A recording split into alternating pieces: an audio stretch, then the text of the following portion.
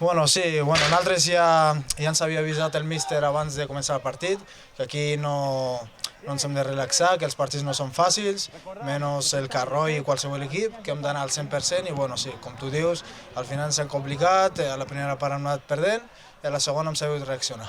Sí, ja sabem que tots els partits es compliquen, que si no sortim concentrats doncs podem marxar punts que necessitem si volem guanyar, si volem aconseguir l'objectiu i que ens serveixi per tirar endavant tota la lliga. Sí, al final el millor del partit són els 3 punts, al final hem guanyat i el que val són els 3 punts. Bé, les tornades sempre són difícils, no? Però hem d'anar agafant ritme poquet a poquet, ja hem vist que tots els partits són complicats, així que a ficar-nos en forma el més aviat possible i ajudar lo màxim.